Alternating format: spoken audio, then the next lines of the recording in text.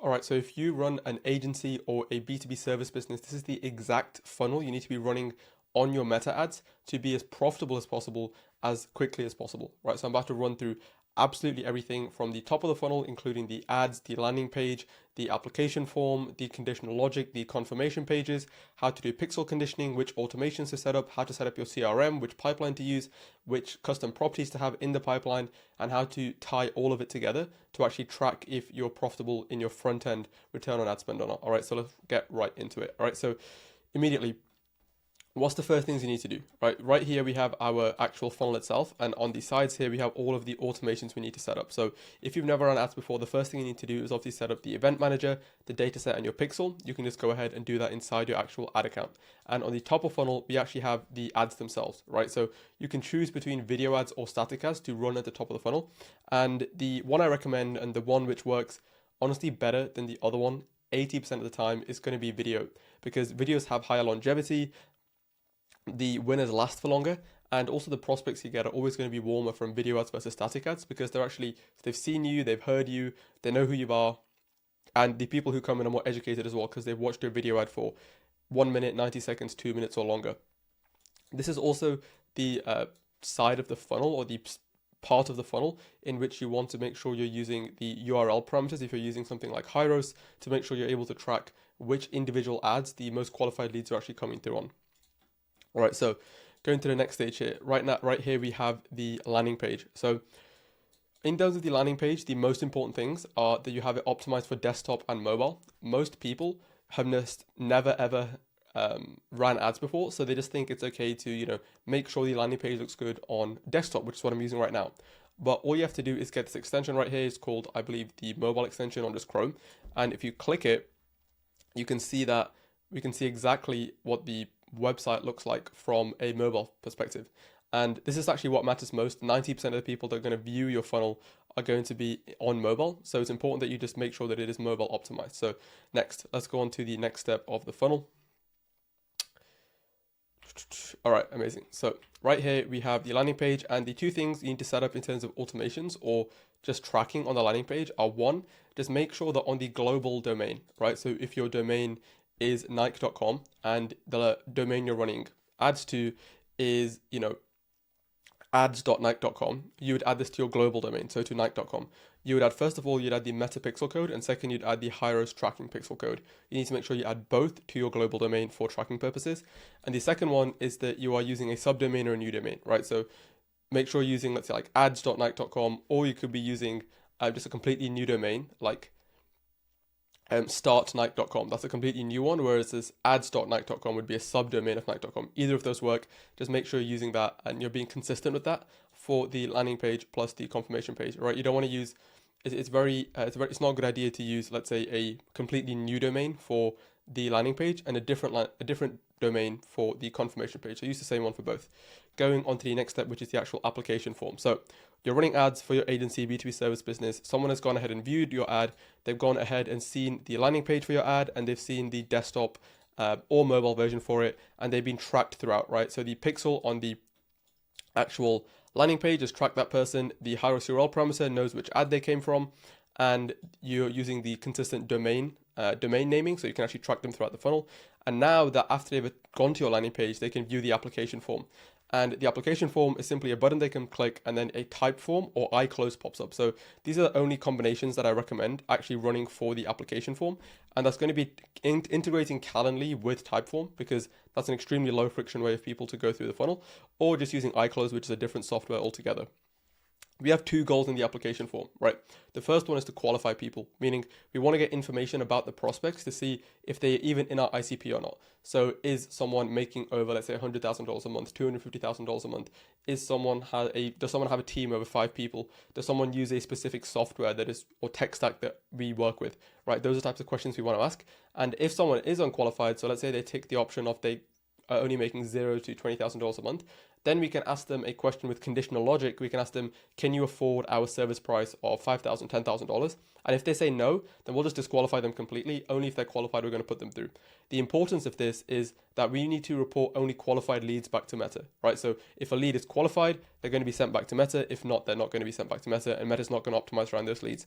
The only thing you need to set up in terms of automations at this stage is you need to set up a Zapier to application plus CRM automation. So here's what I mean by that. After someone fills out the application, two things can happen, right? So the first thing is they can book a call. This will happen if they fill out the entire application and book a meeting and choose a time. And in that case, you can go ahead and create an automation that updates the lead inside the CRM. So it creates the lead, then updates them to the right deal pipeline. The second thing that can happen, and is very common, is called partial submit. So someone will go through, they'll only submit, let's say, their name, their email, their phone number, but they won't answer like the revenue questions, right? In that case, the lead hasn't booked a call, but we have their contact information. So for them, we're going to do the same thing. We're going to create and update the lead in the CRM, but we're only going to put them in a stage where the SDR or the setter knows to call that lead and then set them onto a call.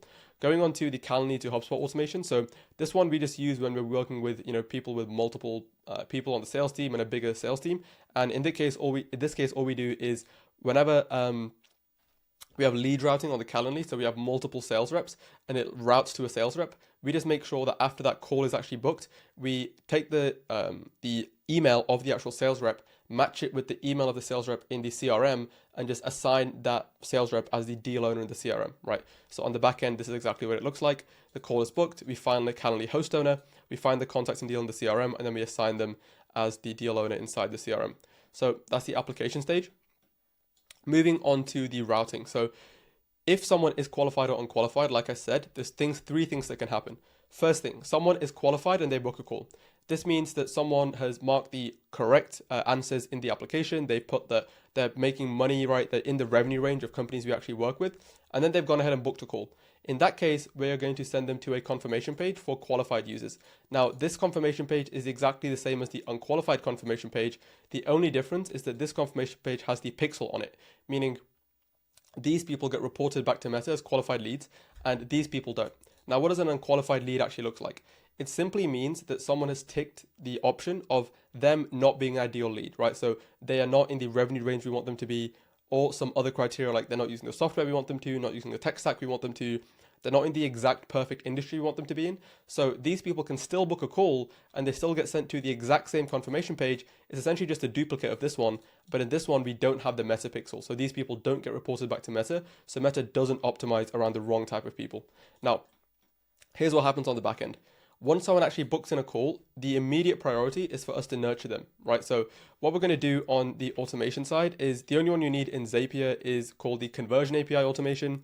Now, I can go into this into more detail and spend like an hour on it, but to put it really simply, what we want to do is manually report leads back to Meta because sometimes Meta's pixel does miss it, right? Meta's pixel isn't perfect. It works on the browser side, and sometimes it misses leads that book a call and they don't get reported back. So what we do is have a fail-safe in place, and we have another automation in place where as soon as someone books a call, we report the following data back to Meta. So we tell Meta the action sources account, we tell them which business account, business Facebook account this is for, the pixel, the schedule, the Calendly email, the phone number, the first name and the last name of the lead. And then we also given some like really detailed information about the lead so it can match them to the Facebook profile of the lead. So their client IP address, the click ID, the browser ID, the location as well. And you can also include this test code to make sure that Meta is actually tracking the leads properly. So this would essentially be what we would do for the final step and just make sure we're reporting leads back. Going on to actual pre-call nurture. So once someone's booked in the call, the job isn't done. We need to make sure they actually show up to the call, right? They show up to the call where they're warm, they're interested, they know the product, they know the value of the product, and they're actually ready to buy, or as close to that situation as possible. So in this case, what we do is we send pre-call emails, and we also have pre-call SOPs. So in terms of the pre-call emails, we're going to send around 2 emails a day till the call occurs, which is going to be a maximum of 3 to 4 days out. We don't let people book more than 3 to 4 days from the present. So maximum, we're going to send 6 to 8 emails, 2 emails per day. And that might seem like a lot to you, but as long as these are extremely valuable, prospects are not going to complain about these emails at all. They're going to find them extremely valuable. They're going to read them, and it's going to make them want to show up to the call and make them ready to buy. So we're going to send these pre-call emails. We're going to automate that from the CRM. And then we're going to have some pre-call SOPs as well. These SOPs include the fact that we're going to send SMS messages to the leads. We're going to also be calling the leads manually, making sure that we're talking to them, making sure that we confirm with them they're going to show up to the call, asking them about why they booked in a call in the first place to try and get more information so we can prepare for the call. Doing both of these is so extremely important because otherwise people aren't going to show up to the call, right? If you're running meta ads and you have none of this in place on the back end, you're going to see maybe like a 30 to 50% show rate, which is pretty horrendous. If you have everything completely dialed in, you can get up to 80, 85%. And if you just implement a few of these things, you're going to get to 60, 70%, which is, really good enough to scale meta ads profitably for like an agency, B2B service company, high ticket provider. And going all the way, down to the bottom, which is to the CRM, here we'll be able to see the entire lead, all of the lead stages essentially. So this is the exact way I recommend setting up your CRM and your pipeline to be able to track leads from Meta. I'll just go through it really quick. So we have lead not booked. These are for people who submitted a partial submit. Remember, so people who gave their information but didn't actually book a call, they'll get added to this stage here. We have booked call one, then we have call one no-show. So people who don't show up to call one, the sales or the closer will just drag the person into this if they are in that situation. If they cancelled call one, they get sent here. If they booked call two, they get sent here. If they booked call to a no-show, they get sent here. If they cancel call two, they get sent here. And then finally, we have the contract out verbal commit. So if someone commits verbally on a call that they want to move forward and he sent out the contract, sent out the invoice, you'll drag them over here. And then long-term nurture, right? So sometimes people say now's not the right time. We have budget issues. We want to do this in 2 weeks, in a month, in 2 months. So you're going to add them to long-term nurture and always add a note to that deal in the pipeline, so you know in the future why that deal is in that stage, right? And then also the final closed won and closed lost, obviously.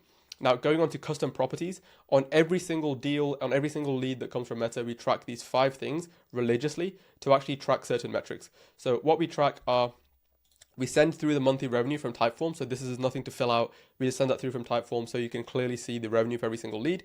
And then we also send through we also track these things. So before every single sales call, the closer is going to check if the lead confirmed pre-call. That simply means if they go to their Google Calendar, did the lead actually confirm they're going to show up via Google Calendar, via SMS, via email, or via a phone call? Did they confirm or not? And the reason we track this is so we know the efficacy and how efficient our pre-call sales process is and if any improvements need to be made there. Secondly, we track if they actually showed up, right? So although we have these stages here, the problem is that these aren't a system of record, right? Meaning, let's say a lead books in a call with me today, tomorrow they don't show up, so I drag them over here. Then a week later, they book another call, so they move back into here. I never get the data that they were actually in call one no-show, and trying to track it like that is way too complex. So instead, we have simple properties, and all the closer does is mark, did this deal show up or not? It's simply a yes or no question that they mark on the actual, in the actual CRM. And then after call one, they also mark if they're a sales qualified lead. So before we ever work with a client or, we guide a client on how to actually run meta ads profitably, we want to clarify what is a sales qualified lead, right? Now, some people mistake qualification for intent, meaning someone can be really low intent, meaning they don't really want your service, but they can still be qualified. Qualification is just like super hard yes or no questions. For example, someone has to make at least $1 million a year. Someone has to have at least a team of 5 people, and someone has to be in the e-com industry, right? Or the B2B industry, or has to be a B2B SaaS company. Those are the qualification metrics. And after the call, after the closer speaks with the person and the prospect, they can mark this as yes or no. Then third, we just track the show rate of the second call as well. So we can track the show rates across the funnel. Once you're tracking all of these, it's extremely easy to see what the actual bottleneck is, right? Is it on the top of funnel? Is it cost per call? Is it show rate? Are people coming in that aren't qualified? Is the close rate pretty bad? Are deals getting lost in the pipeline? Are people booking a second call, they're not showing up to it, or are they even not even showing up to the first call, right? Are lots of contracts going up, but the deals aren't actually closing? If you track this in this specific way, you're going to find it extremely easy to see what the actual bottleneck is in the funnel and fix it immediately. Now, the final thing I'm going to go over is actually the pre-launch checklist. So you've implemented this entire funnel, but before you actually launch the ads, you need to make these checks and just make sure you're ready to go. So quickly, let's just go through this. First of all, we have the testing checklist, which is pre-launch. And all you need to do is go to an incognito browser, add this exact ending to the landing page URL, click through to the landing page as if you're a prospect, watch your VSL, click the CTA button on the landing page, fill out the type form with test data with a real email and phone, book a call on your calendar, land on the confirmation page, and wait 2 minutes for all automations to fire. So what you're going to do is you're going to go through this like a real prospect, and you're going to see if every single automation fires, right? So is HiROAS actually tracking it? Does the meta pixel actually track the lead is coming through? Does the Zap type form to CRM Zapier automation work? Does the Calendly to HubSpot Zapier automation work? Does the conversion API Zapier automation work? On the back end, are the pre-call emails firing? On the back end, is the lead being added to the right pipeline? Is the Slack notifications going off if you have that for the setter? Are the pre-call SOPs being sent to the setter immediately upon the prospect being added to the CRM? Right, you want to check that all of these are firing properly. So just to double check, we have to make sure the meta pixel is firing, the meta pixel schedule event is firing as well. So we want to make sure that the pixel for page view is firing and the one for schedule is firing. The one for schedule will be the one we'll add to the confirmation page to make sure we're tracking people who actually schedule a call.